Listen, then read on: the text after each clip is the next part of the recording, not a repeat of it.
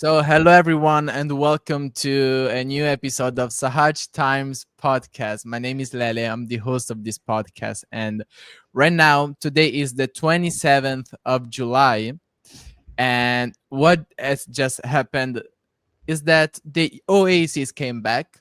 They're doing their new tour. They're coming back. They're together again, and guess who else is together again after 2 months of shooting episodes really far from each other, not together, with other guests, but without any co host beside Rohit that helped me once. Fabri, It's how's life? us. It's us. Very It's us. good. Very happy to be back. I missed you. Okay, cool. I don't know. I feel like masculine enough, toxic masculine enough to say that it's fine. You could keep it that for yourself. I am So manly enough to say that I missed you. because That's you are a that's a father, and I story. can't wait for you to bring some fatherhood into this Talking episode. about kids. Talking about fatherhood, some Yoda quotes. And so, Fabri, how are you? Life is good. So mentioning. So today I'm in a funny mood. I'm just gonna tell you to begin with. I'm just Mm. gonna disturb you and mess around the entire 1 hour. That's I spent 2 weeks with my kids. I'm on holidays, so I'm in teenage mode. I'm just one of them. My poor wife has to deal with 3 kids at home. So the first thing that came to mind is this. I did this really cool episode with Romina 2 weeks ago. Whoever didn't see it, go see it on Saj marriages because today is a bit of a continuation of that. And then we had very little views, right? And then I'm like, oh, it's July, it's holiday. Then what happens is the next week, Lele does the episode on mental health, and he has a lot of views. And I got so annoyed at that, like absolutely mega annoyed at that situation. And I can see from your smile that you're very satisfied about the situation. Actually, I don't even know what are you talking about because if we actually talk about the views, they were more or less the same. If you actually go and check, but we're not doing this for the views. We're doing this because I don't know. We want to make someone's day a little bit better and to give some Sahaj entertainment and also a little bit of teachings, even though I'm not in the position to teach anything. But I think a lot, which is my unbalanced position can help me to do a Sahaj podcast, to question and think. And And what am I our thinking guests do about? the teachings. What are we thinking about? So since it's July, we are approaching the marriages. Yes. And every single year things happen during the marriages. And I feel like in general it gets like, I don't know, people go to the marriages if you put your name down with a little bit of something like in your chest. There is like a little bit of a pain, a little bit of stress, a little bit of anxiety, because of course you don't know what is going to happen. And that happens with every single step in our lives.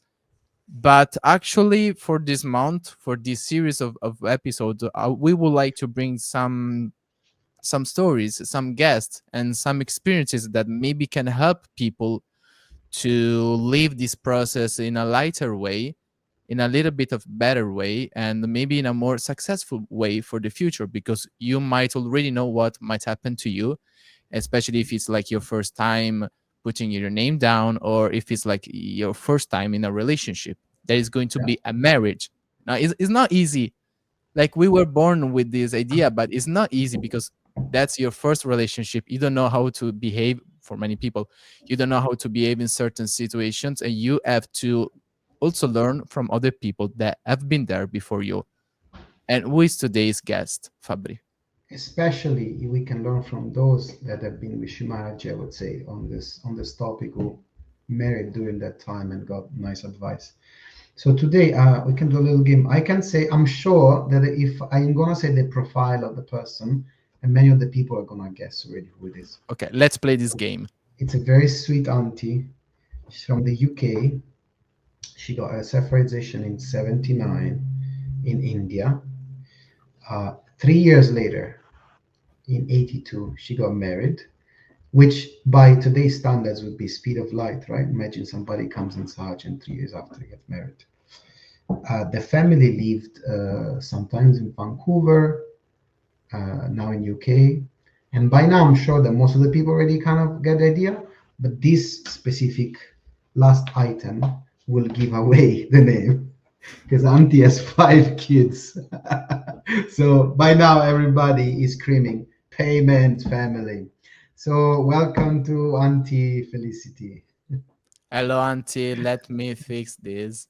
Hello, Shri Mataji. Jai Thank you. Shumati. Thank you Welcome. so much for having me. It's a very special honor to be on your beautiful, beautiful podcast that you do. So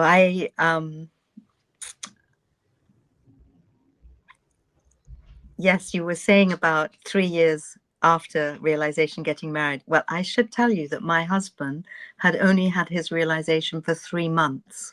No way. Yes. And Classic those times, though. Eh? yes, a very Wow. yes, everything was very speeded up in those days, So Wow. that was pretty amazing. Yeah. So when you met him, he was still learning the Yeah, I mantras and know. And that was one the of the things after we got married and we went back to England for a while. And I said, "Oh, let's go foot soak." And he went, "Oh, what? Really? No." what is it? And What is and, food? and then I went, "Oh, right. He's only just got a realization like 3 months ago." That's So incredible. he's not necessarily into that habit. So That's yeah, amazing. that was it was a very interesting thing. But we're skipping ahead a bit, yeah. Yeah. All So right, Lele, you go first. Yeah, we can skip a little bit, even though it was interesting. I didn't know that, auntie. But so, can I ask you just to start? Then we can see where we go. Can you tell us your experience with Sahaj marriages? What did Shimadaji tell you? And just tell us. Like, okay. you're Yeah. free to go. No, no, no limits. Yeah. So uh, so I so I would say Shumati was from like 1980, 81. She was preparing us for marriages. We were a small collective. Um, I guess maybe we had like 40, 50 in England at that point. I Hmm. can't remember the exact year. It was either 80, 81. No, it must have been 80. No, it was 80. Um, and we were in Shumati's apartment in Victoria Gardens, and she was sitting with her back to the window. Often she sat in that position, and she was just sort of talking about more mundane things. Conversations would just sometimes, she'd be talking about curtains or, not always so-called deep things. She would keep the conversations going and talk to us so that we could sit there, absorb her vibrations and clear. You know, Yeah. every minute in her presence was like you were being worked on, your Wow. chakras, your emotions, your thought, everything. It was like Wow. total workout. And in those days, there was a lot working out in all of us because we'd only just come into Sahaja Yoga. So it could be very painful sometimes. Anyway, so I don't remember the conversation. And then suddenly the atmosphere changed. And it was like, it got you felt this depth and importance. And she said to us, "You are the foundation stones on which I'm building the Sahaja Yoga, my vision." Wow. And she said, "But I'm sending you the children, and they are the ones that are going to change the world. And I'm not saying this to put pressure on anybody at all.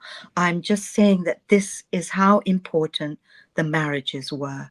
And she said, and she actually said, at that point, everyone was pretty well, mostly under 30.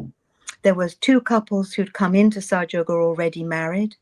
Yeah. And she said, if you don't have children, if you're not going, no, she said, if you're not going to get married, you can get out of Sahaja Yoga. That's what she said. Wow. So, right from that point, we understood, okay, this is our job. This is our job to help support Shumati to fulfill her vision and change the spirituality and humanity of the world. And so then I would say, sort of fast forward, and the following year, this young couple came to her. I can remember in the ashram in Dollis Hill, and they must have just, been chatting and being friendly. And they said, "Oh, Shumataji, we'd like to get married." So at this point, there had been no marriages. Oh, maybe one. There was one young woman. So there was one young woman that mother married to an Indian, and we all went, "Oh, lucky her! She's married to an Indian." It was a disaster. Within like 2-3 days, and they showered her with jewels and all these lovely things, Oh, that Indians do. But within 3 days, nope, it was it finished. didn't No, work. no, mother said, no, Wow. that's not going to work for you. And Wow. and that was like, oh, okay, it's not the be all and end all of everything. And so I would say those early 3 years before I got married, there were so many dramas and situations that mother created to work out all our conditioning. So, Yeah. so this was one of them. And we had this saying, "There but for the grace of God go I," that something is happening to that person this week. It could be me next week. So I would say we were very supportive of each other. Yes. It Yes. wasn't like, "Oh, what's wrong with that person?" Mother's telling them off. It wasn't like that. It was just like, Was a okay, hard okay, workout. yeah, this is happening. And it was much more like a big family, and there were no secrets at all. Shri would talk about everything amongst us, so that we learnt from each other. We learnt from each other's mistakes. We learnt for the good things, and she would just use whoever she thought she should use to test us all. So this young couple came and they said, so I hope these things that I'm sharing will give some perspective and background, Ideas. because people sometimes go, "Oh, you were so lucky Shumataji was with you, you knew she met." So I want to explain that it was a little bit more complex than that, and Yeah. that things haven't changed that much from then. So I Yeah. hope, some of these examples will help that. And so that then young people will have a little bit more confidence, in themselves. So this young couple came, and I remember I was sitting there. We were all together in Dollis Hill Ashram, and Shumataji said to them, "Will it make you happy?" And they said, "Oh, yes, mother, yes." So fast forward, they get married. Another disaster. His own different cultures. One was Greek, one was English. Different expectations, conditionings. Some other things that I won't mention, it's Yeah. not fair, but it just, fell apart. I mean, mother tried, she made suggestions. She actually, at one point, got someone to make the husband buy a present for the wife. Like this was she did, I A can't little remember all the nudge. details, but she Yeah. did different things, and then finally she said, okay, that's it, it's over. And she said to them, you know, "I said to you, will it make you happy?" And they said, "Oh, but mother, you said, it will make us happy." She goes, "But that wasn't the point. The point is marriage is for joy, not for Mm. happiness. It's Wow. deeper than that. It's much deeper than that. It's to give you joy." So suddenly our attention went from this more superficial level of marriage to, okay, this is different. And that was a big wake up call. I mean, I can remember going, it was just something very deep that went into us. And then after that, there were a couple of like Maureen. So Maureen was a lovely example. Shumataji did say, if you find somebody outside of Saj Yoga, bring them in, bring them in. Nice. And she was at college, and her now husband, was also at college and met her and wanted to marry her. So she did it really nicely. She brought him to Shumataji. He wants to marry me. She was detached from it. She didn't have any, whatever you say, mother, Yeah. she was surrendered. She didn't Shumataji, force it. yeah. And Shumataji said, no, he's born realized. It's very good. So Good.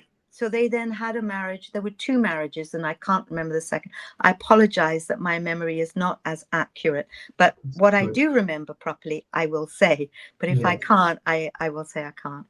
So so we had this was a beautiful wedding, and I know that they've talked about their wedding already.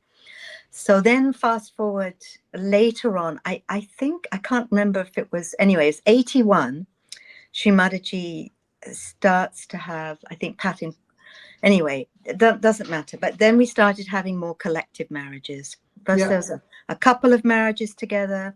Then at Chelsham Road, there was 2 sets of collective marriages. One was like 16 couples. And then there was another batch of marriages. And it was really a huge move forward, that suddenly, you know, the collective had grown a lot. There was now, by 81, it was spread into Europe. So we had Italians and Swiss and, you know, all these European countries had come in. So there was a bigger pool of yogis for mother, you know, to choose from. And in general, she was suggesting and matching and saying, oh, you know, try this. One couple had come in together, but then separated. And then Shumati said later to the husband, to the you know, the yogi, maybe, you know, you should marry. Ask her if she would like. So it's very important to understand there was always choice. There was always choice. And if you didn't feel comfortable, you weren't happy, that's fine. And there was no, mother didn't make a big deal about it at all. Okay, that's fine. We'll find you someone else. Or I have someone else in mind. She also talked a lot about the men getting married because they were catching on left nabi. She would say, you need to get married. Left nabi catch will settle you down. You know, so it was always, the attention was on the vibrations of the marriage. And I think when the first couple had that not happy marriage, Shumati explained, now I'm remembering, she explained, she said, when you get married, you said, you should be matched vibrationally. So you balance each other. Yeah. And she said this again later on. She says, I match you for vibrations, for your evolution, for your spiritual growth. I match you so that, you know, you have balance together, to grow together. And it was interesting because there were a couple of couples who chose themselves and went, and Shumati, you know, so Shumati in her motherly graciousness, it's very rare for her to say no. She would only say, if you'd already decided you would like to do this, she would just go along with it. If you came to her and you were detached and surrendered, is this a good idea? And you'd have to be completely surrendered and detached. Then she would give you an honest answer. Yeah. You know, so one or two of those couples who matched themselves actually went out of Sahaja. And you could see, and I think Mother talked about it, you know, they were attracted to, you know, either they were both a bit left-sided, so because there's they were attracted to similarities. that, They you know. matched by similarity. Yeah. And then they support each other's weaknesses. Yeah. And then it just, you know, negativity works and took them out of Sahaja. So and then you spin out. Exactly. yeah, then you spin out. That's right. So then I guess we could, so I'll just share a little bit about, so there were a lot of little dramas, you know. There was one gentleman that Mother suggested a match and he said, oh, no. So she said, okay. So then she found 6 in succession, 6 different yoginis to marry, and they all said no. They all said, no, I don't want to be married to him.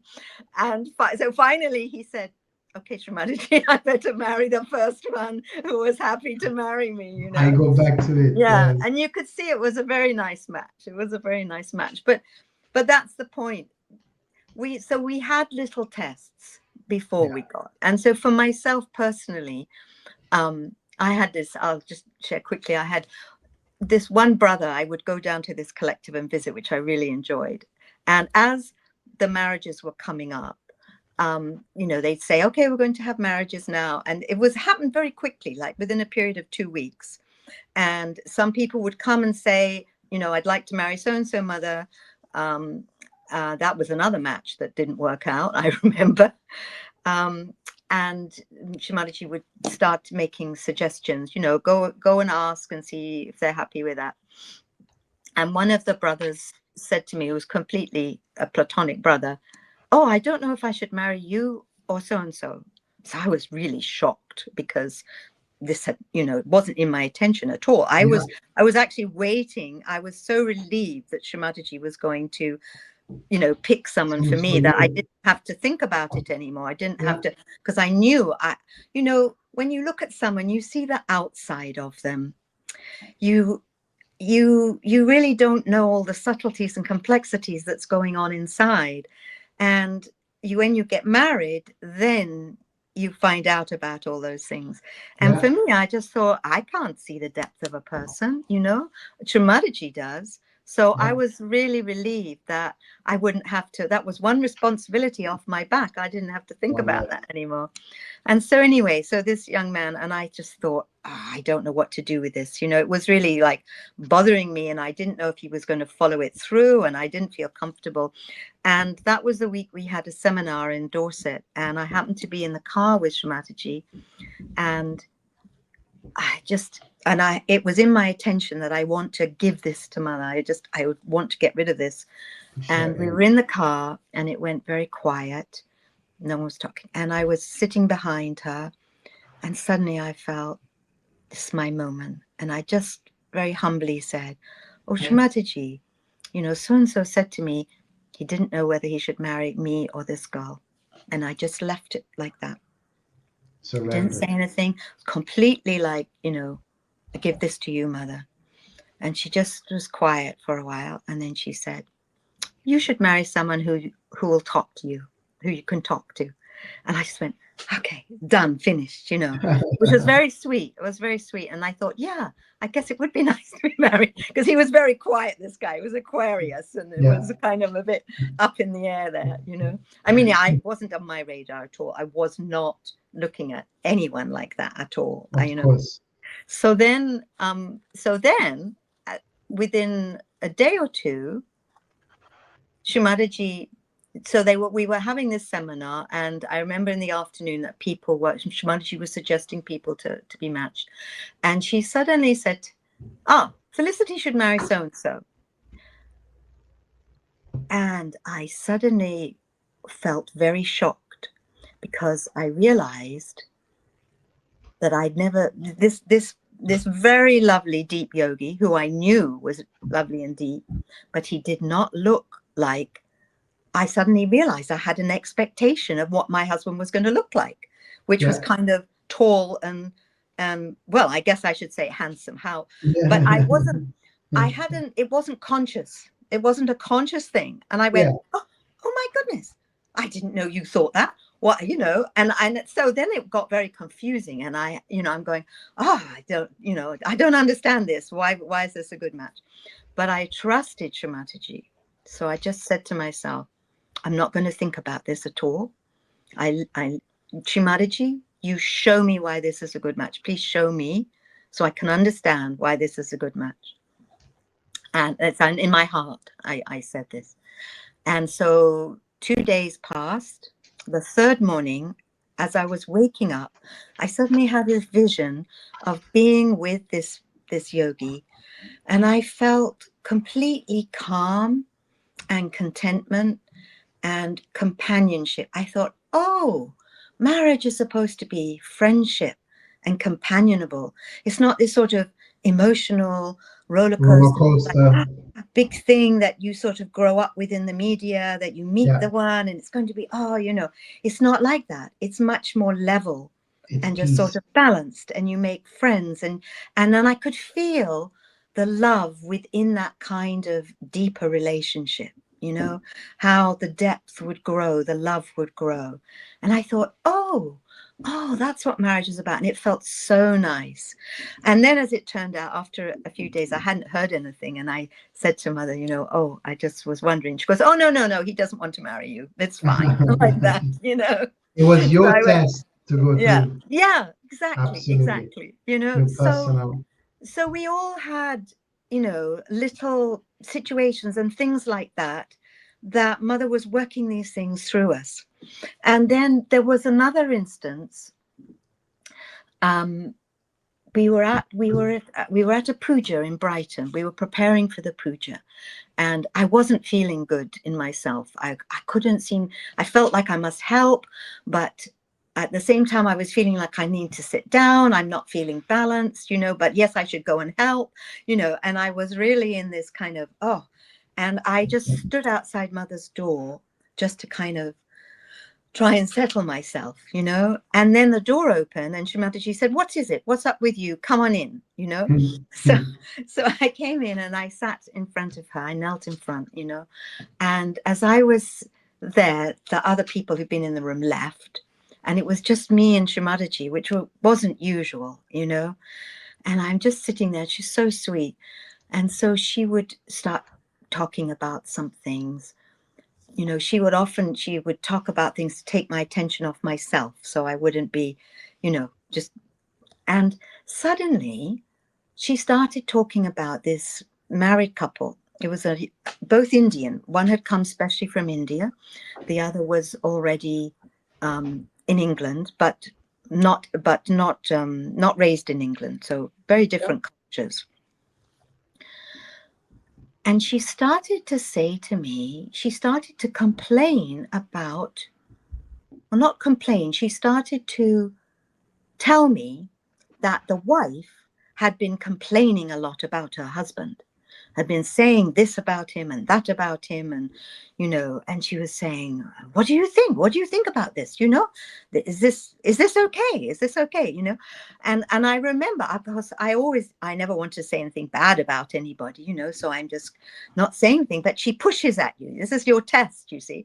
So she pushes at you because she wants you to answer. She wants to know, and so finally, and I could sort of feel, obviously, the way she's saying all this is not okay. You should not be doing this, You should not be complaining to other people, period, or even criticizing your husband. Yeah. And I just said, oh, no, do you think this is okay? She'd lean forward. Do you think this is okay? Is this good? And I said, oh, no, Shumati, no, And it was and I felt like Mother's telling me this for a reason. This is a lesson that I must learn, and I didn't think of myself as a judgmental or critical person.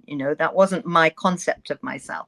But anyway, I thought, oh, this is important. This is important. I have to remember this, So I think in context of that, I'll fast forward to after we were married. And so I'll go back and say the story of our marriage, because it was quite unusual. It was quite unusual. But so the day after we were married, so that year we all got married, and I'll tell more details. And then Shumati booked hotels. She got them to book a hotel for the married couples to go to the night of the marriage, Oh, wow. Yes. Oh, wow. That's what I thought. Oh, wow. And so we spent the night.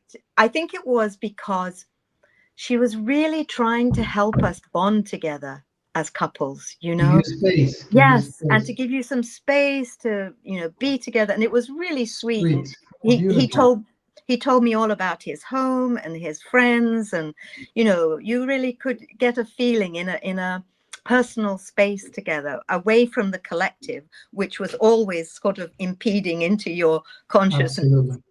And it was very sweet. And then in the morning, all the couples were having breakfast together at separate little tables of two people opposite each other.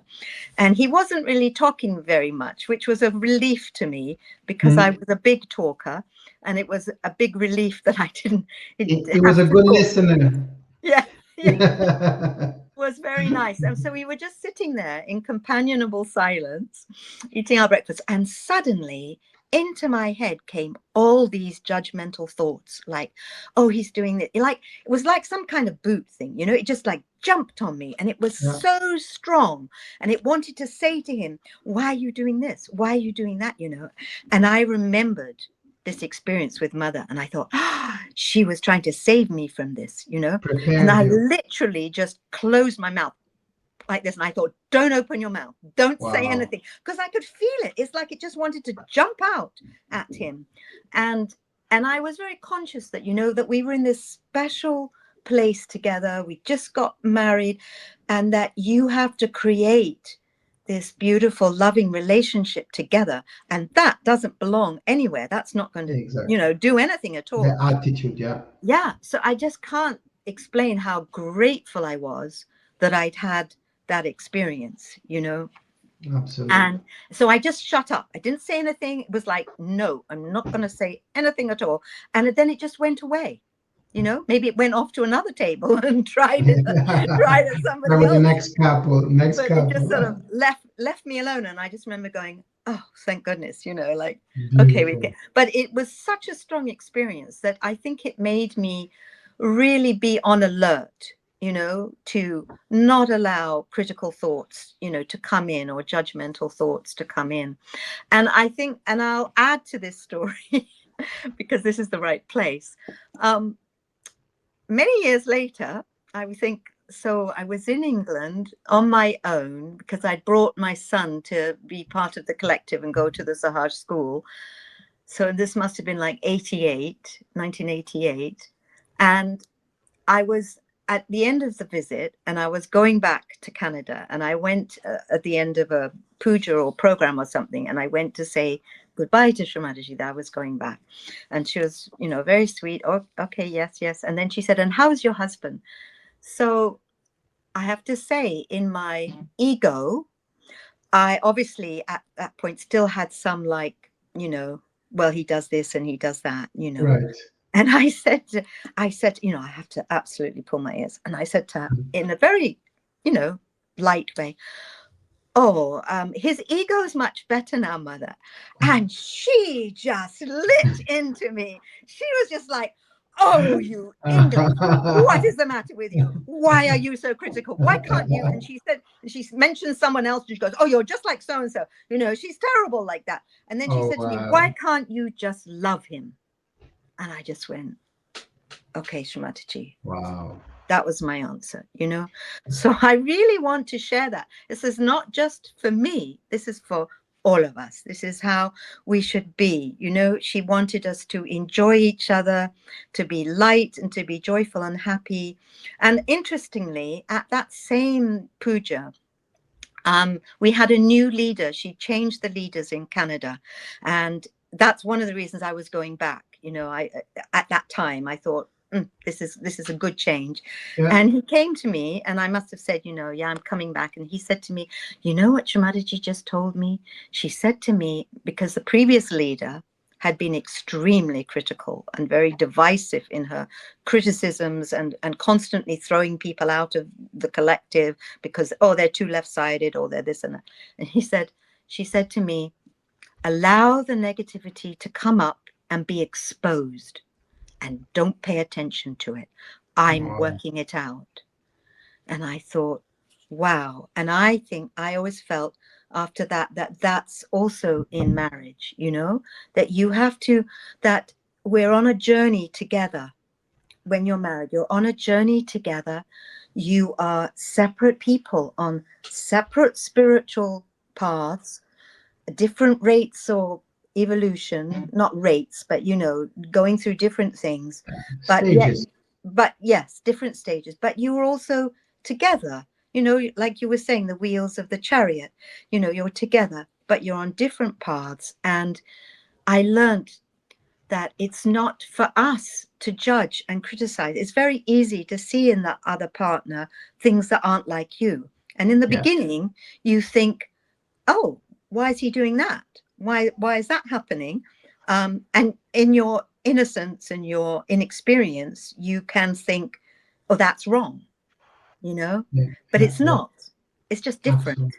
It's just different. And so that really helped me to let go of that feeling that you're responsible for their growth. You're not. Yeah. It's Yeah. nothing to do with you. It's completely between them and Shri Mataji, and they'll meditate, so my husband meditated differently in that we would sit in meditation. He liked to just be mostly quiet and just to be quiet. At that time, when we were first married, I was very used to doing mantras, putting on mother's talks, because I had a lot of thoughts and thinking. This helped me to be, more Confused. quiet. And but I remember sort of feeling like, oh, is he really meditating? Is he going deep? But that's not for me to decide. You can't see the depth of another person, really. Only Yeah. Shumataji can, and so I've got a little off track here, but Oh yeah, no, it's yes. good, but I think there's a really important point. One thing that came to my mind actually, because I've seen to myself also. Sometimes your husband and wife or spouse could also be off. But the other thing is also these are things that you need to work within the family, and criticizing publicly your spouse, even in a joking way. This is what I learned because Italians they like to tell jokes and stories, and sometimes my wife is like, you make me look like a goofy cartoon character all the time, like because I like to make fun stories, and I had to learn that because your relationship is so sacred within the marriage. It's between you and Shri Mataji and your spouse that even if there is a problem, it is really not your place to share it unless I'm getting beaten up. All right, fine. Then you go talk to the leader and you fix something, right? But I had this story, very interesting story. So my best friend, of course, Lely is also my best friend, but my best friend of my age, is, his name is Andrea from Rome. He's married to Janagi, which is one of my favorite sisters in the world. We have a common chat of the families. So we and because my wife doesn't speak Italian, usually is Andrea and I and Janaki. So it's not fair. We're continuously pulling a leg, right and left, right and left. And I remember there was a month that we really did it a lot, and it's very innocent jokes. You send these little memes or the Instagram videos of the wife getting too angry about things, and the husband is like, okay, just calm down, honey, and she goes completely crazy because you say calm down, right? Like small things like this, nothing crazy, but it was a bit continuous for a month. And I remember that. You got into the fun of it. Exactly. And again, it is in a way innocent, but it is Yeah. not if it is too long. And I had this dream that night. I go to sleep, and basically we are in this big table. Shimaji's at the other table, and there's all sorts of yogis, and Andrea and Janaki are there. My wife are there, and again, Andrea and I are looking at each other, smiling, making a little joke. But Janaki, or but my wife isn't there. We're having a ball, we're laughing. And then at some point, I do a second or a third joke. I don't remember what. And Shinaji just looks and is like, that's enough now. And then, in a very sweet, joyful way, she started making jokes about me. And everybody at the table is laughing like crazy. And I actually I didn't mind at all because she did it in such a sweet way, beautiful way, Yeah. joy. I was part of the joke, but Yeah. also it made me understand how Yeah. does it feel now that you're on the other side, right? Yes. And it was very sweet, it was very beautiful, but I also got the message. So the next day, actually, I text Janaki, like, Janaki, I'm so sorry, for this Monday, because there is that sacredness about your spouse, about your Yeah. marriage, and is within God. And again, even light jokes, they have to be measured. This is something I learned from my wife. I feel she really taught me that, and Well, it's also, I mean, humor is very important in the marriage, and I mean, it's interesting because I'm from England, and when I was in the collective there, the brothers, we could make, like you're saying, we could make jokes with each other, and I yes, saw how, in a nice way, you could tease someone about some weakness they had, like, absolutely, oh, you're getting into that, and it was done through the heart, and yes. in England they could take that. But when I went to Canada, not at all. My husband would say to me, "Why are you being so mean to me? Why are you being so aggressive?" And I went, "Okay, okay." But I do remember one instant that he became in time a very light sleeper, to the point that I would be having to get up at night, and I would be so quietly Yes. tiptoeing out of the room. And he would hear something and wake up and like roar at me, you know. And I just thought, this is too much. And this went on a few times. And then I felt like mother saying to me, okay, you have to make a joke out of this, you know. Yeah. So the next morning, he's perfectly normal. I went, oh, it's you again. I had such a fright last night with you there in the bed, you know. And he laughed, you know. Yes, So yes, humor is important, and absolutely. keeping things, you know, so that you have lightness as well. But it's also about respect, isn't it? So what you're saying is that the jokes, they go too far, and it's not respect. Exactly. It's I don't know. I really felt with this. My wife had a good subtlety that I didn't have, and I learned that through our relationship. This thing of even if it's a joke, even if it's innocent, Yeah. somehow you need to have your attention in Sasrara and understand if it's the right time or not. Even But if see, it's that's what's so beautiful about a balanced couple, because she yeah, could see that if this was something in you that you hadn't learnt yet, but yeah, she could see it. But in a nice way, together, you learn to, you know, you learn through the balance. exactly, And that's the beauty, that when you can see that you help each other, and that exactly. maybe you're learning some things, you know, and he's not, but it's like you said, stages, you know. We go I had to, together. yeah, I had to Absolutely. change a lot in the beginning, partly because of things that he couldn't handle, I could see, you know. And so I thought, you know, okay, I'll just have to compromise on that or something, you know. But then over time, you know, things change.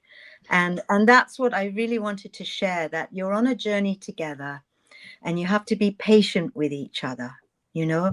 And what you see at the beginning, you know, you're first married, and you have your lovely sort of, you know, 6 months honeymoon period where you just see the best in each other, and hopefully you will just, you know, let each other be and enjoy.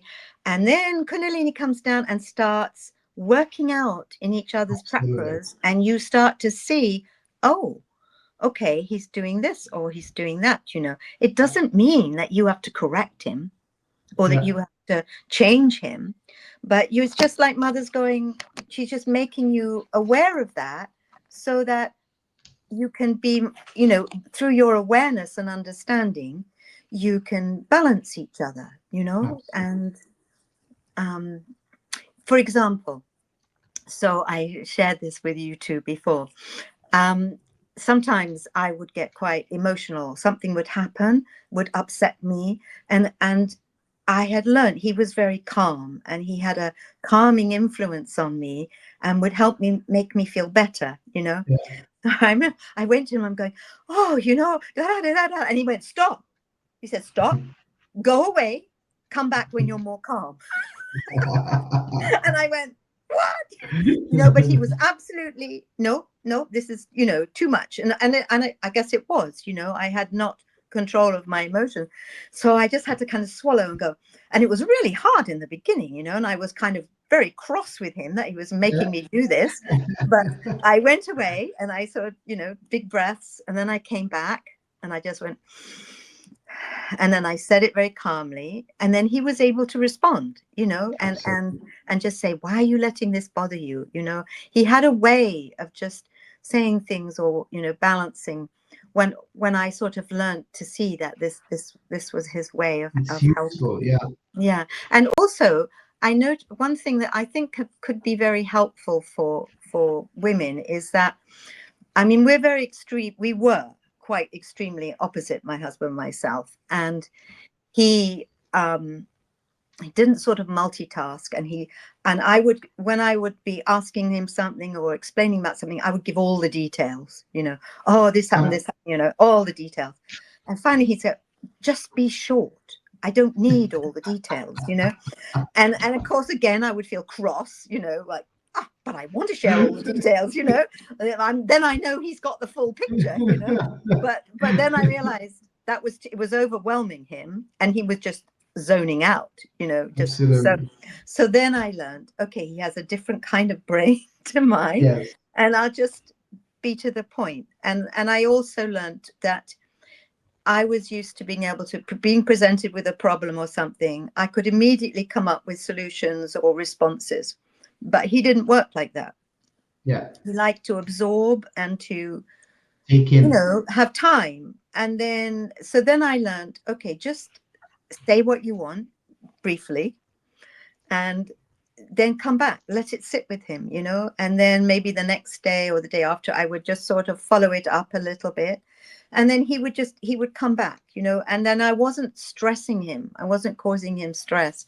So there's a lot of adjustment, in the early years as you get to know each other. And that's Absolutely. okay, because that's what And it's. I think, I mean, you mentioned that. I think in the episode of the wheels of the chariot, we mentioned this a little bit. But I think what is important to understand is that for certain things, I mean, of course, you're different type of couple, different type of people, so it doesn't apply to everyone. But let's say in general, with different degrees, there are different style of communications and understanding reality, because like all the stories you just said is the same in our marriage, absolutely the exact same. Like my wife will come to me, she's like, okay, let's have a brainstorming session.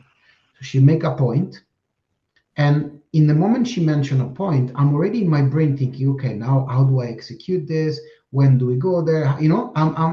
And then point number two, number three, I'm like, wait. I'm still at point one. I'm still trying to figure out how we do point one. I'm like, we haven't finished that. Let's stay in the box. Yes. And she just wanted to exactly say, share all the details in that. So she had to learn exactly, be more concise. I always Yes. tell her, you start from the end, start from the finish. You Like, start from the point. That's help right. me. Get to the point straight And I away. had to learn the opposite. So, for example, now Yeah. when she comes from work at a tough day, this and that, she sits down and she's like, oh, this guy did this or this happened. And immediately I'm like, well, this is how you solve it. Da, da, da, da. Do this, do that. You should have done that. And of course, that never works. No. Versus now, I just sit with her. I was like, oh, tell me more. Why did Yeah. this person? And she loves that. But that is something that I naturally would never do in my life. Like it's just Yeah. not in me.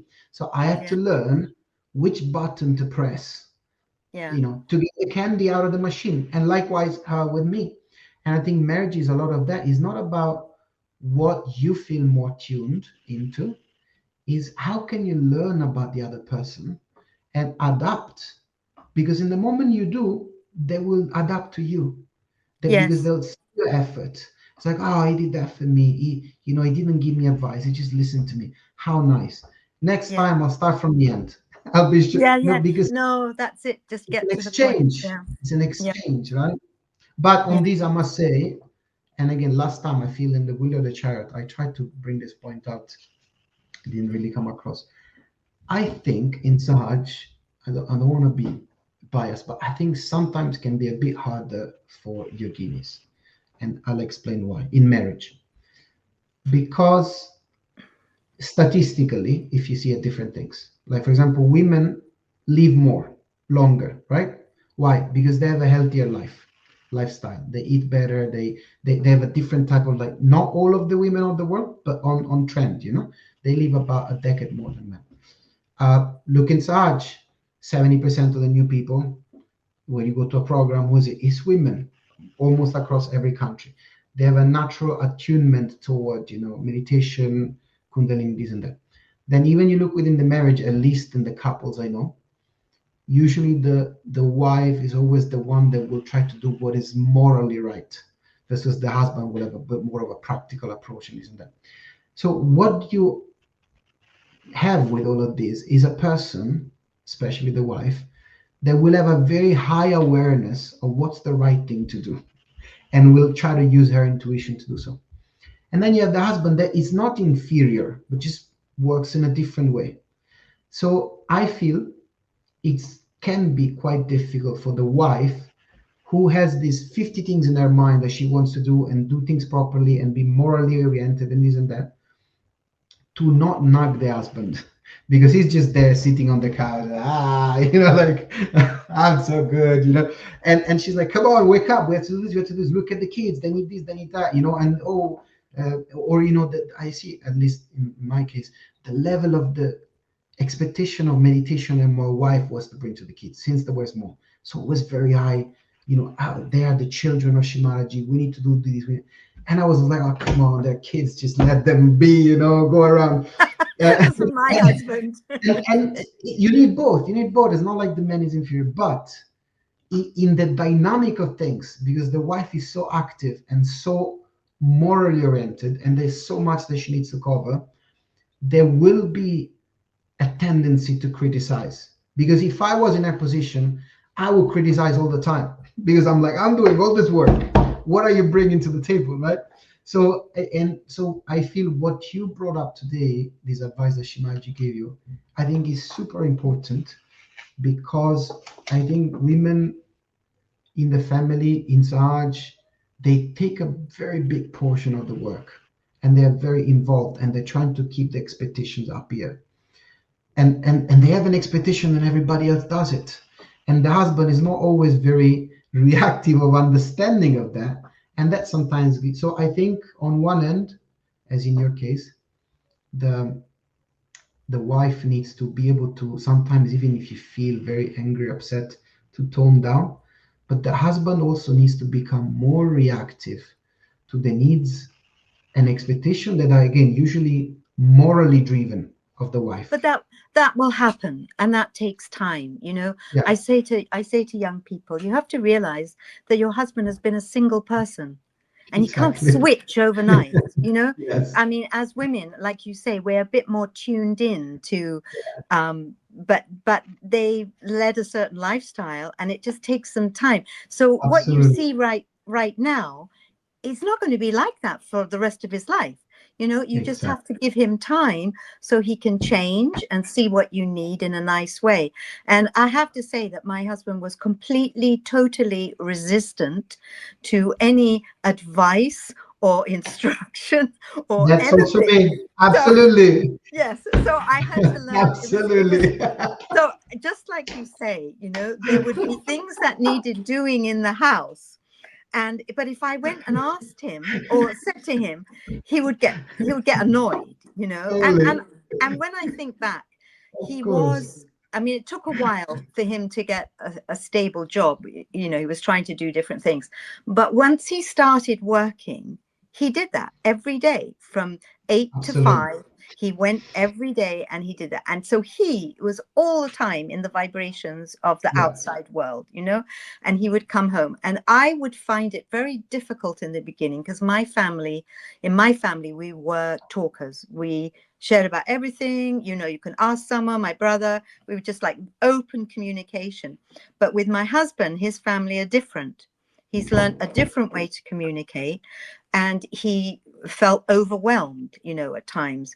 Yeah. And so one thing I learned, which was like a sort of brilliant idea mother gave me, was that, so in the end, I thought, okay, I'll make a list of what we need, things that need to be done in the house. And I'll put it on the fridge. And I just say, these are things I feel like we need to do. Okay. And and I can't remember if I said, if you could do something that would help, or if I just left it. But he understood, he understood. And then he would pick what he felt like doing at the time, Nice. and Nice. that just took a whole level of aggravation out. Yes. And Yes. and I mean, and you just have to learn to accept that they're not always going to do what you would like them to do. And in fact, where finally I reached a point, and I have to say it did take me quite a long time, when I just let go of this need. Oh, this needs to be done, this needs to be done, and then I became more relaxed. Okay, this is the list, we'll just get to it when we can and do that.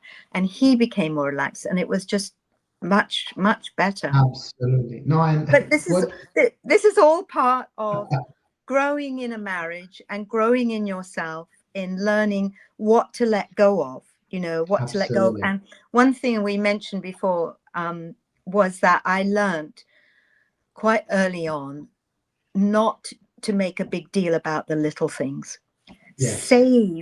Save your conversation energy for Pick your something that's battles. more important, like, shall I tell the story about when I wanted to Yeah. about sending Yeah. Yeah. Shreya to Rome? So So we were we missed sending Gautama to Rome. We were in Canada and we didn't understand that they'd suddenly all got too old and left and gone off, gone to Switzerland. So we was kind of like, well, I think we should send Shreya now, or, they were close in age. We'll miss out because we were in Canada. There was like 3 other children in the collective, very small collective, and you really wanted them to have this. And Shumati had really made this when she had said about, I want you all to get married and to have children. She'd said, and I will build you a school. I will make you a school that you can send the children to, and they will go there and you can go and be teachers and they will be brought up there, So we were very conscious that, this was important. And so, but I couldn't feel vibrationally. I just, usually I would get a strong feeling, oh, we should do this now, like you were saying, this kind of moral compass, especially regarding the children and what's good for them. And I learned, that, and I learned to trust that in myself. And I learned to understand, like you said, that he didn't see things in the same way, and I was saying before that I went to the puja, the Sri Fatima puja in 1988, and Shumati gives a really amazing talk about marriage, about husbands and wives. And after that puja, I felt like something changed inside me. And I'd been kind of trying to find my role, like at that point, I understood that my husband is different from me. We don't always see eye to eye about things. And I didn't know, I've always been like a conciliator, keep the peace. And I didn't know how to handle this. And after this talk, it was like Mother gave permission. I felt it's okay that we're different. That's okay. We don't always have to agree about everything, but we do have to sometimes compromise. Like if one of us feels really important about something, then the other one, that's what I learned. Okay, this is really important to him. I'm going to have to let this go. Later, somehow this will work out. But at this moment in time, I'm not, not going to make an argument or a big confrontation. We let this go. This is super important to him. So I learned that. So in this talk, Shumati, afterwards, I felt, oh, that's my job. My job is to look after the dharma of the family and the morality of the family. So if I see something that I really feel is not good for us morally, then I can say something. That's okay to stand up for that because that's my job, Exactly. So it was a hugely important thing. So I'll go back. So there we are. I can't feel, should we send Shreya or not, And I thought, oh, look, I'm always making all these decisions, let me give him a chance, Yes. make him feel good about himself. And so I said to him, I can't feel either way. What do you think? What do you feel? And he said, well, we don't really have the money. And, we never did. I have to say, we never really ever had the money. But sometimes you make a decision and they come. And he said, I think it's fine. She'll stay here. So the next morning, I finished my meditation. And as I bow down, I immediately feel, I'm bowing down. And I feel Mother say to me, send Shreya to Rome. And I went, no, how am I going to do this? And I thought, how can I say to him, it was like the worst scenario, but it was so strong, of course, I can't deny what Shumati said. And at that time, he wasn't particularly, he's not somebody who feels vibration, like I get these, I feel inside, I can feel, oh, this is the right thing. Intuition. Yeah. And so I thought, oh, I have to go and say to him. This was literally the next day, And so I went and I said, I just had this experience in the meditation. And he went, oh, you and your experiences, He was like, what do you mean? He was really cross with me, really cross. And I didn't say anything more, I went away and I just kept saying to Mother, how is this going to work out? I don't know. How am I going, how am I going to work? How is this going to work out, Mother, And so I just I'd learned at this time. So I just sort of left it for most of the day. And then I just kind of said something like, well, I think we could do such and such, or I'm really sorry that it changed, but what can I do? And then it just sort of went on like that for 2 or 3 days. And then on the third day, and I didn't nag at him. I didn't, Yeah. go on. I Insist. literally surrendered it. Mother, please, you help. I can't do this. You have to work this out. The third day, he just said, oh, all right, if you want to send her like that, but it didn't matter, he'd come round. And Absolutely. so it's really important. When I was talking to my daughter about this, we were saying how I really wanted to do this podcast because I felt that I don't feel like we're giving enough support to couples after they're married. There's a lot of challenges and things, and I felt like, maybe I could share some of my experiences that might help Yeah. people see that it's, it has its stages, and you have your, suddenly things are going along nicely, and then suddenly something happens and there's a bit of a drama, and how do you get through those times? and Absolutely. and she said to me, and this applies to everything: the marriage, putting your name down, being matched, making a decision, getting married, through your married life. She said, it's all about your connection with Shri Mataji. She said, only Shri Mataji knows you and your husband, your family, and your situation. Only she can give you the help and the advice. Other people, you can always listen to what people say, but ultimately it's You have to go only Shri inside. Mataji who's there for you. And I was in Canada, we got married, went to Canada, 5 yogis in the ashram who just got realization 3 months beforehand. And, things came up, and I just had to deepen my relationship with Mother. But she always came through for me. You be surrendered, you be Yeah. detached. You may not get the answer immediately. You may be washing the dishes and suddenly, oh, ping, oh, I could try it that way. Exactly. How do I Exactly. solve this? This seems to be a conflict. I don't know what, oh, try it this way. So you can't underestimate the power of your relationship with Shri Mataji. How she's given us all these powers, especially as women. We are much stronger and deeper than we think. And you grow into it, by having children, having a family, even through all those hard, difficult physical times of being a mother, you get blessings, you get Absolutely. blessings, and that helps you, through other things. And after we'd been married about 7 years, I can't remember what the details were, but something happened. It's not like we had an argument, because I really didn't argue. Mother had said, don't argue. So I didn't. I Yeah. tried to use vibrations, and it was important for us to meditate together. That's the Yeah. biggest help. If you meditate together every day, once a week, we would do pujas, because when you meditate, you somehow, in that meditation, when you're in Sasrara, in the same room together, problems and things just get worked out. Well, we Get learned worked this out. in the ashram. We learned that when you meditate regularly every day together, things that could become a big deal, somehow Mother changes something within you, and this works out. So, Absolutely. that's a really big support for you.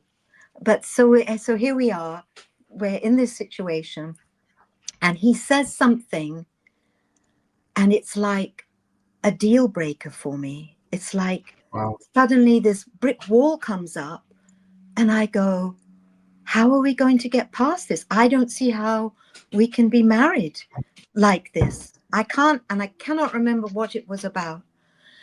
And I must have prayed to Mother, because I always did when it was a difficult thing. And I just said, help me, Mother. I don't know what to do. And again, I just surrendered. I just let it be. And then on the third day, he came and he said something to me. And I just realized it's behind us. It all melted away. And I went, Yeah. oh, it's not a big drama. It's not a big deal. It's, I mean, sometimes husbands, I've learned, I've always tried to be very honest and say what I, think is the truth. But sometimes, he would just say things that weren't necessary. Like when he decided, he said, I'm never going to fly on an aeroplane again. And I thought, well, how's that going to work for us? And my daughter said, oh, no, Mum, don't, he just says Don't things. pay He's attention. just teasing you. So in one fell swoop, this big thing that I thought was like the end of the marriage, it just went, so I really learned, Mother said to me, don't make dramas about things, like just, and you really learn to witness. I thought I was a Yes. patient person before I got married. I thought I was a patient person before I had children. Then I discovered I wasn't a patient person at all. And you have to learn, but all these things that you have to change in yourself, all these things you have to learn not to react to, how to become more detached. And it takes time, Yes. it's like Mother's, and she keeps throwing up the same test. Oh, you've not detached yet. You've not done this, and she Yeah. throws this up, and then, but it makes you freer. You let go as you work out one thing. It's like, oh, poof, it's gone. Yeah. There is something before that you said that really made me laugh, and I think many couples are like that. We are definitely one of those that, as you said, if the wife will insist too much on something, the husband will go at infinite lengths not to do it, like at incredible capacity to resist. And I remember there was this story, it's so funny. My wife is amazing because she's very health conscious and food, especially since the kids were born. So good food, fresh food, this and that. I'm from Italy, so Nutella for breakfast and eat whenever, whatever, very opposite words. And there was a certain time that she was nudging me a lot to, oh, don't eat so much bread, don't do this, don't do that. And of course, I wasn't having any of it, zero, and it made things worse. And once I was supposed to go to buy bread or something, and preamble, I never drink orange juice. It's not just something that I usually don't. But as I'm going out to buy some bread, she's telling me a story of something that she read on Instagram of how orange juice is a hawk and that it's not real, that you need it, something medical about how orange juice is actually not needed. I've never bought orange juice in my life. I go to the supermarket just to buy bread. I've forgotten about the conversation with her. I pass by the drink part and I see this orange juice. And all of a sudden it looks so seducing. So I'm so thirsty. I need orange juice. So I take the orange juice. I put it in the bag with the bread. And then I just open the door. I go there and I forgot everything. And then she looks at the bag. She looks at me, it's like, are you kidding me? Like you never Yes, bought orange juice in your entire life. And I started laughing. I was in tears because I saw it all. I saw the yes, dynamic. I knew what happened. the drama, the I Maya. didn't think about it. It just Yeah. subconsciously, I was like, oh, you don't want me to do it? I'm gonna do exactly that. So it was so funny because I could see it, and I was like laughing so much about it. Well, it's like a little trick, that Mother plays on you. But I think also you were talking about, talking together and communicating so often. And I think one has to be really careful about this in marriage, that there are misunderstandings and miscommunications because Yeah. the husband says something or does something, and we think from our experience that they're doing it because of such and such. But if you take the time to Yes. ask or talk and understand, you find, so sometimes these little situations or dramas come up because it's an opportunity for us to understand each other Absolutely. better. And I'm a little absolutely. conscious of the time, and I'm wondering if I should just briefly talk about the unusual wedding, or do we have time? No, I would say yes. We I can would we can say close with that. I think we can close with exactly. the. Okay, I'll try to keep it a little bit. Yes, if we can do it in 10 minutes, and maybe I'll give a little introduction because for those that have been following us for years now, a couple of years ago, we had an episode with the marriage committee. It's called SAHAJ Marriages IMC.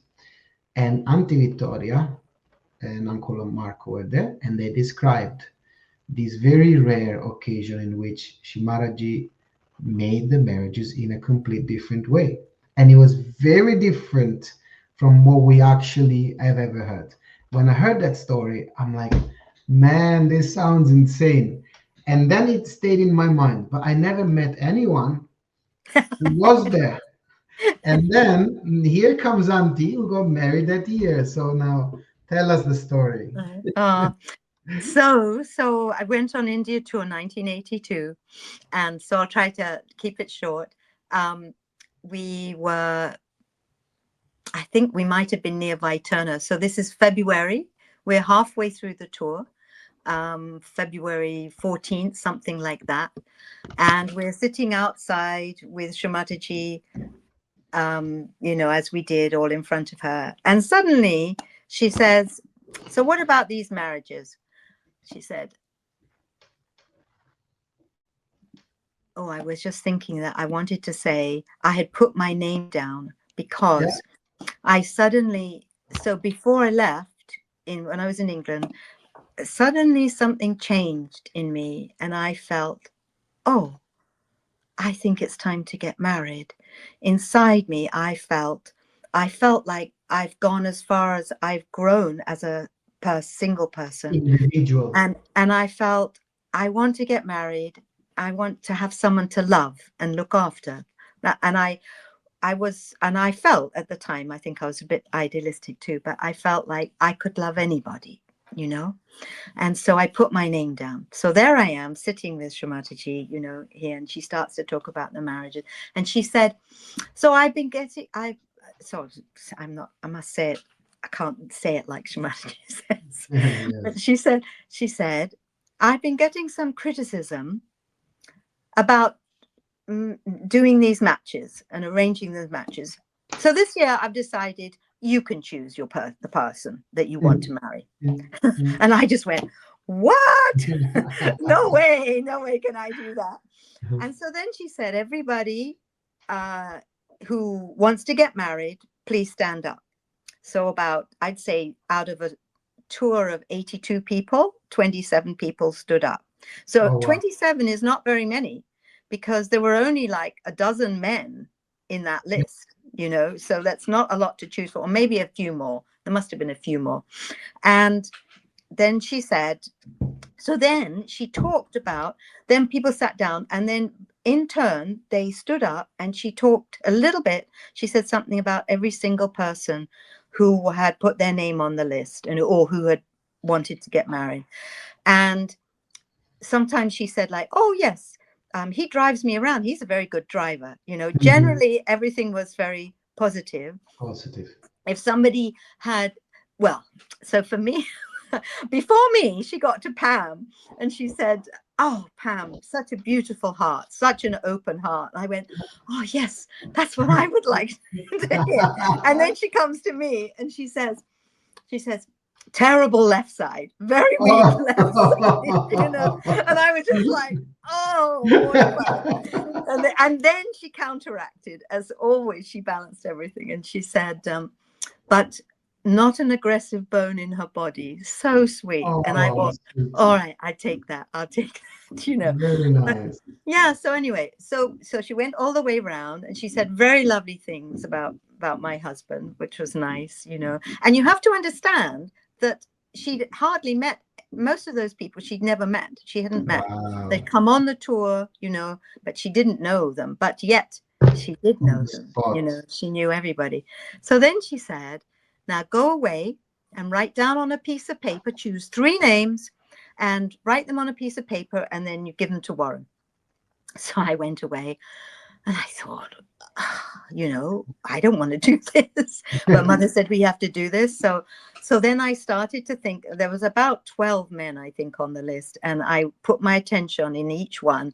And I was going, none of these feel, very good. And then I got to my now husband, and we'd had a conversation in a group in a cafe, and I had felt at that time, and I remember saying some things, and I thought, and then he said something else. I thought, he doesn't understand me at all. He doesn't get me at all, And because he was interested in talking about baseball and things, and I want to talk about deep emotional things and, stuff like that.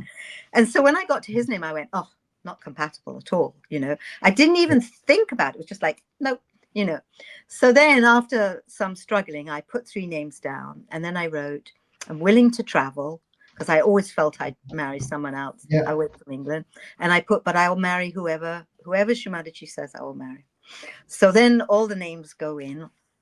And then the next day, Warren is coming in a little, I don't know, rickshaw or car or something. And so he's coming into the camp, and he goes to different people, and you can see him. My husband tells this beautifully. He said, he was like a little sort of postman in a way. And you could see him going to all the different people and having a little conversation and then going away.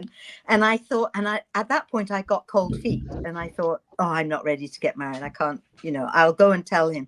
So I was feeling very nervous about the whole thing. And so I went and I said, oh, I want to take my name off the list. And he went, oh, actually, Shri Mataji's found someone for you.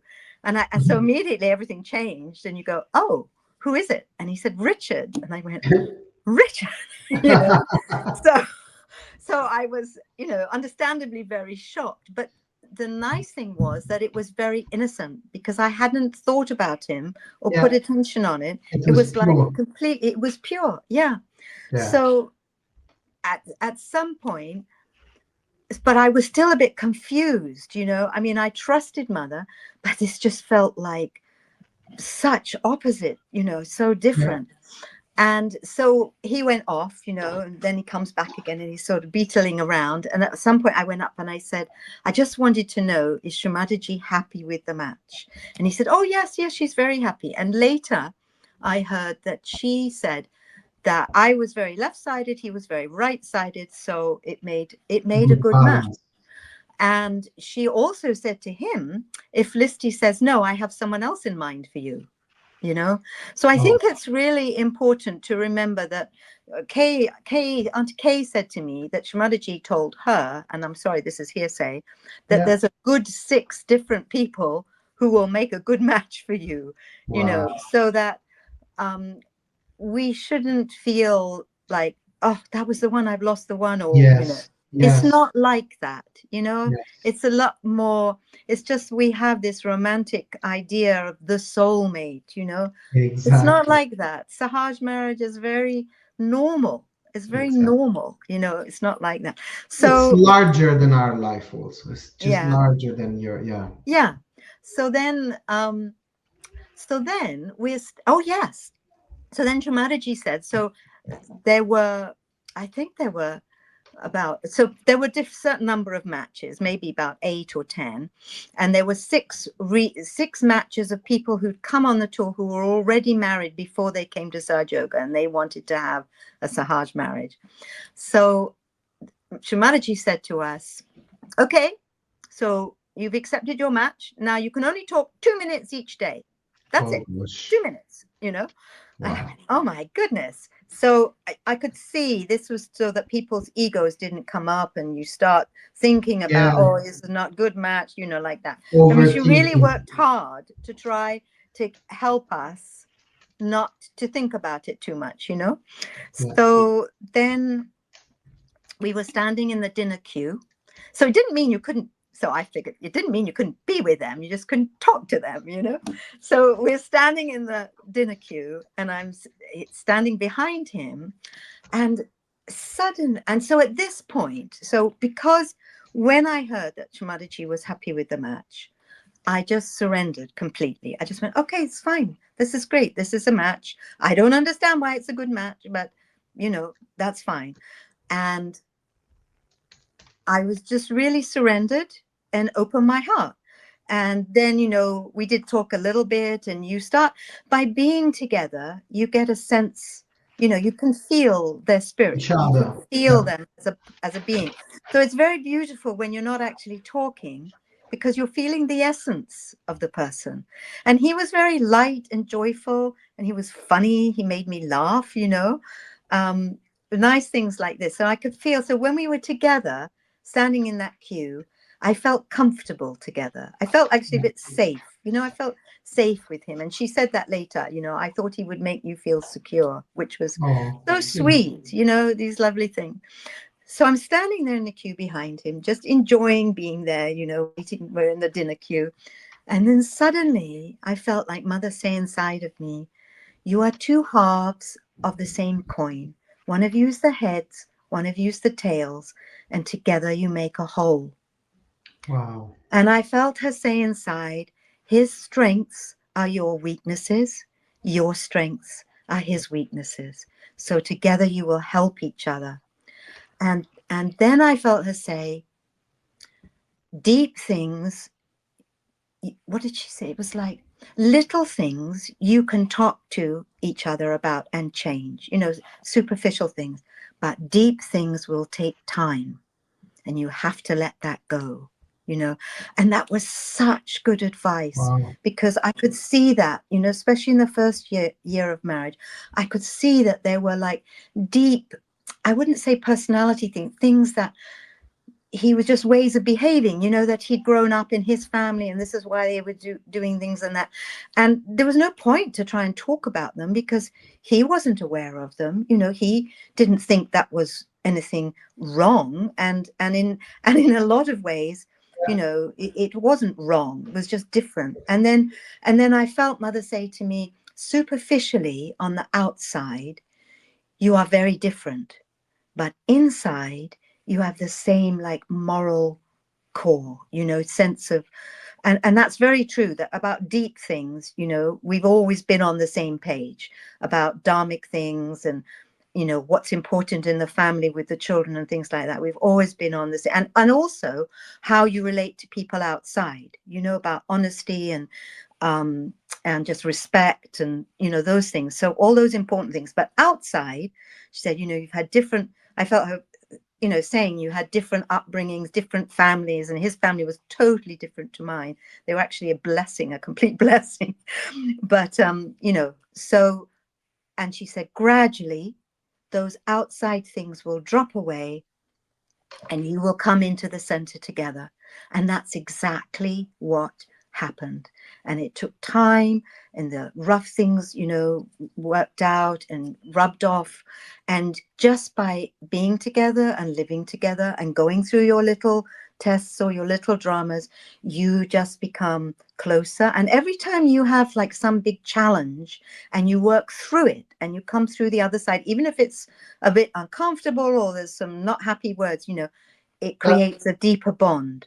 It Evolve. creates a deeper bond. So you shouldn't be afraid of challenges or afraid of, you know, tests. It's all part of weaving you both together. And because of what Mother had said also about the children, as soon as we got married, I could feel, you know, we're very different. This is going to take a while to sort of sort ourselves together. And I felt her, you know, we both agreed we're going to have children straight away.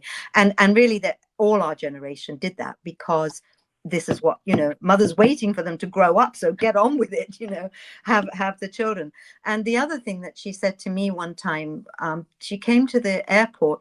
She would always say to me when we, you know, met, she'd come to Canada and she'd say, and how are you? You know, for years she'd say to me, and how are you?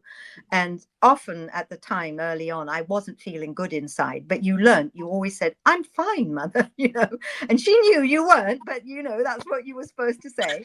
And then one time she came and the children must have been like, you know, 6 and 5 or something. And I was feeling good. I was actually like, a lot of this stuff through living in Canada, being married to my husband, it had just really worked out so much in the left side without me trying, just by being there, you know, it had worked out. And I was standing next to my husband, we had the children, and she comes and she says, she started talking to him.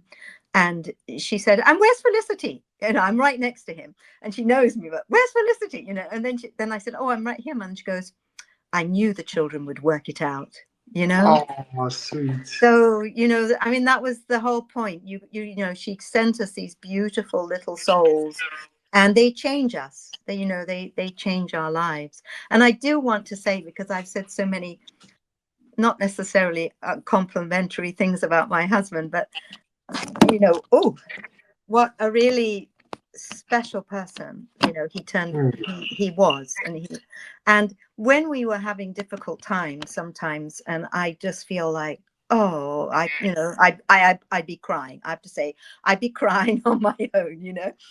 Yeah. And then I just suddenly thought, where's the photo? Where's that photo of him? And I had this photo of him when he was a bit younger, before we were married.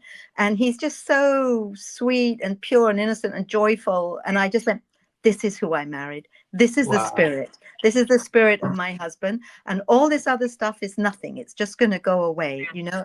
And that sort of helped me to just sort of hold on to things. And I Hold was on to far it. away, you know? We had very few people in the collective. I didn't really have people except for his mum, who wasn't a Sajobi, to, you know, help or support me. But I had mother, you know, and so to people who say, oh, but you always had mother with you to help you through all these things. I didn't. She Yeah. wasn't physically there, but she Yeah. was there for me inside. So I really want people to understand that you're not alone in your marriage. Sometimes you feel like that.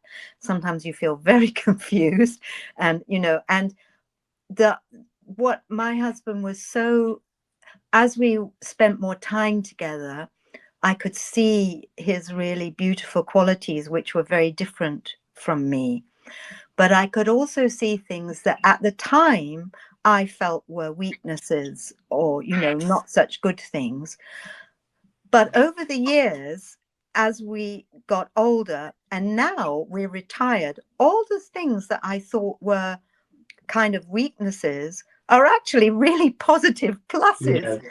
And he's made my life as a retired person, you know, living back in England, such a joy. You know, I don't think I could do that. So, you know, it's really, when you're married, you're in for the long haul. You should be in for the long haul. And you can't see the bigger picture at the beginning. You know, you can't see the perspective.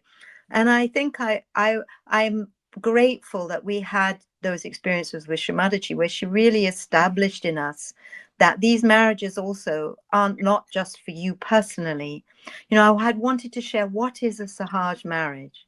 So Sahaj marriage is different from a regular marriage because it's for your evolutionary growth, because it's for our spiritual path. And the way the matches happen is, you are not only matched vibrationally with opposites, but culturally. Yeah. The culture is a big thing, you know.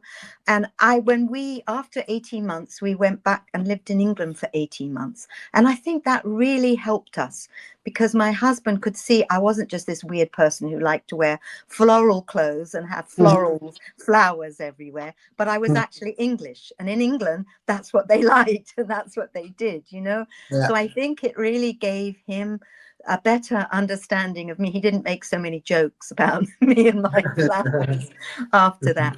And I think, and also if you go and you spend time with the family, each person's family, then you also understand where they're coming from, you know. And it Yeah. just, when you understand, it gives you more compassion. So when you have a reaction, try to think, well, why is he doing this? You Yeah. know, where is this coming from?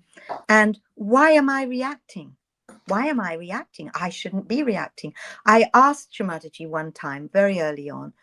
Every time I kept finding I was having like critical thoughts about, or judgmental thoughts, or thinking just thoughts about other people. And she said to me, why is your attention on other people? Why isn't your attention on yourself? And I think that applies for marriage too. You know, why are you worrying about him or what he's saying or what he's doing? Just concentrate, you know, just be the best you can be. So anyway, you Very. know, I just wanted to say, you know, that, oh, and the last thing about Sahaj marriages is, it's not just for us. It is for the collective. It is for the changing of humanity. And I was very conscious of that. And I remember one time when I was crying to myself, and I kept feeling, you know what, if I can work this out in our marriage, then this will help all those other marriages. And Shumati said to us that each person in Saj Yoga works out for 10,000 others. That's what she said.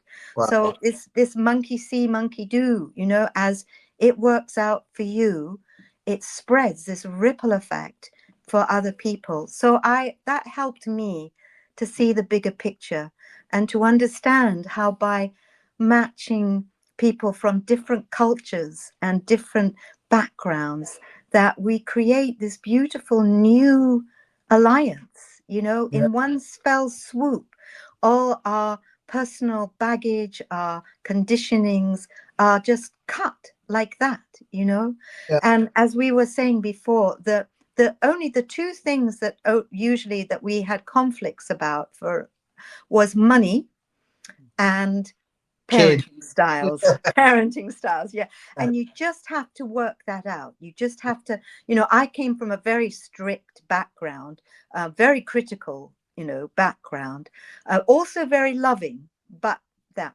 And my husband came from an incredibly loving, totally non-judgmental background. When I was with his mother and I went, I said to him, you grew up in a family like this? I can't believe it, where people are actually nice to each other all the time. And because you know, and I remember being with his mum and feeling unconditional love from her. And Sweet. I thought this is what it feels like to be loved and not judged. And it made me want to be the best person. You know, it's like within Shumatiji's presence. She just focused on you and on your spirit, and it lifted you, it elevated you into being a better person, into highlighting all the good qualities you are. She didn't bother with all the negative stuff, you know, unless it was, you know, you were sobbing or crying or something, Yeah. you know. And it goes back to what she said to that leader: don't focus on the negative, you know, just let it come up, and I'm working it out, it will go away, you know, just focus on the positive. And I think if you can do that and trust yourself that you can work this out, you know, mother is giving you all the tools. It may take a little time, you know, and marriage goes in stages. I definitely felt after 7 years like, oh, we've crossed a lot of bridges now. And 15 years, I remember feeling, or 16 years, I remember feeling, wow, I think we've really learned about each other and adjusted and all these things, you know. And then when we got to 20 years and we had a wedding anniversary party at the ashram, and we took all this food, and it was really, I love it. And I just felt so high on vibrations. And I remember feeling like, what am I feeling? Why I'm feeling so special and loved, and I just want to give joy to everyone. And I suddenly felt like, it's very hard to explain this in words, but I felt like that I had somehow accumulated boons and blessings from, you know, sticking it out, and not, I shouldn't say sticking it out, but just staying with it, Being you know, strong. staying with it and being there for it.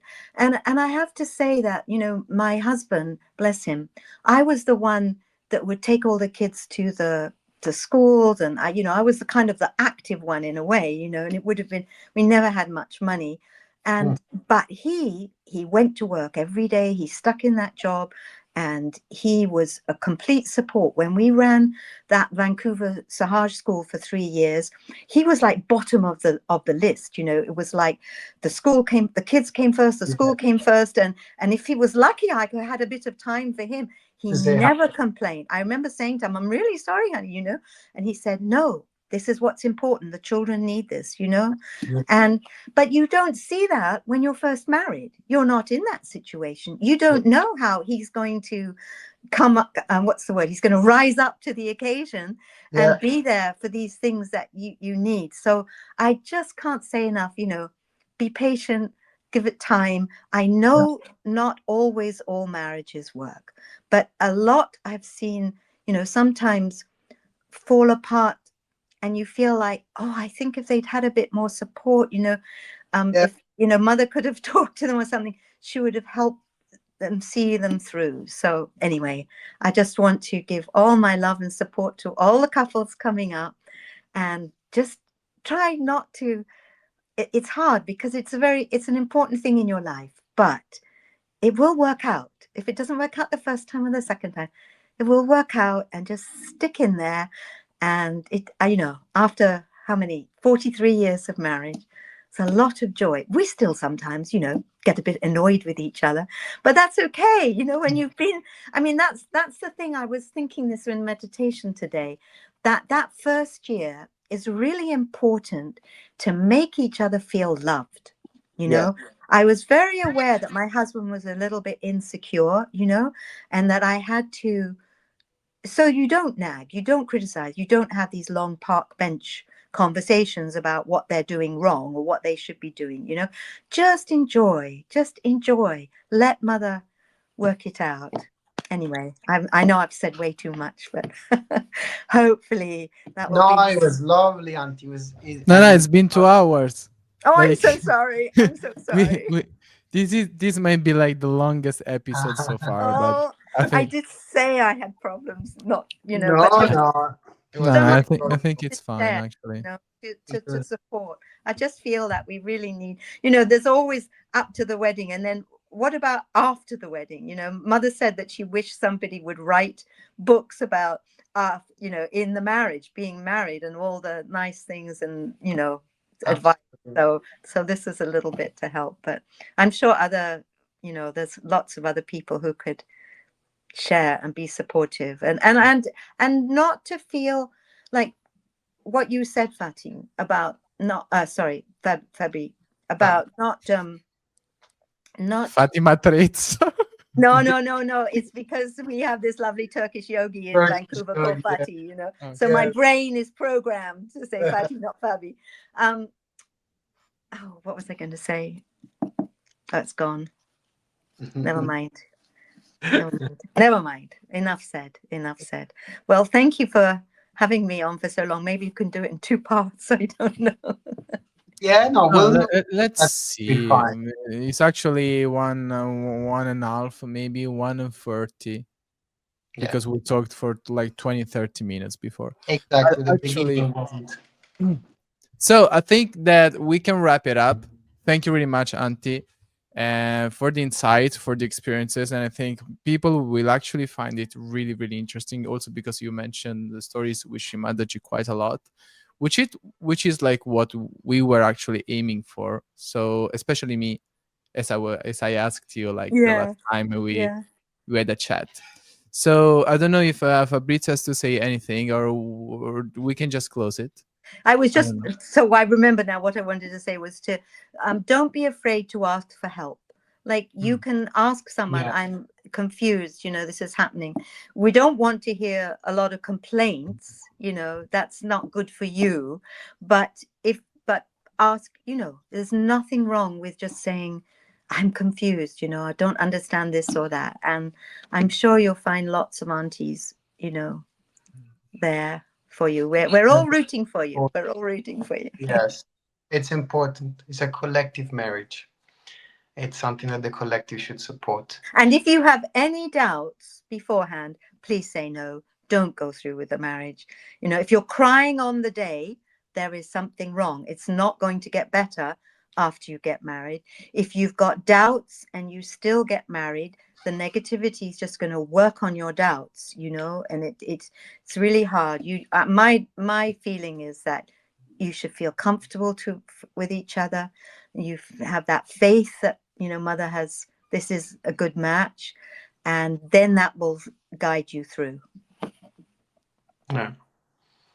On this beautiful note, thank you so much, Auntie. I like Lele said, I really enjoyed also hearing how it evolved at the beginning and how there were a few matches and then it got more and more structured. And this particular experience you had, it was very, very, very loving. I'm sure everyone is gonna like it. So for good, Lele. Thank you so much, Auntie. And sorry that I disappeared. My computer died at some point, so I'm joining with the phone now. Probably the audio is not so good. No, actually, it was really funny to see you from the phone camera. So thank you everyone for listening. This was Sahaj Times podcast. Thank you very much, Auntie. Thank you very much, Fabri. Good Goodbye. evening. Have a good night. Bye.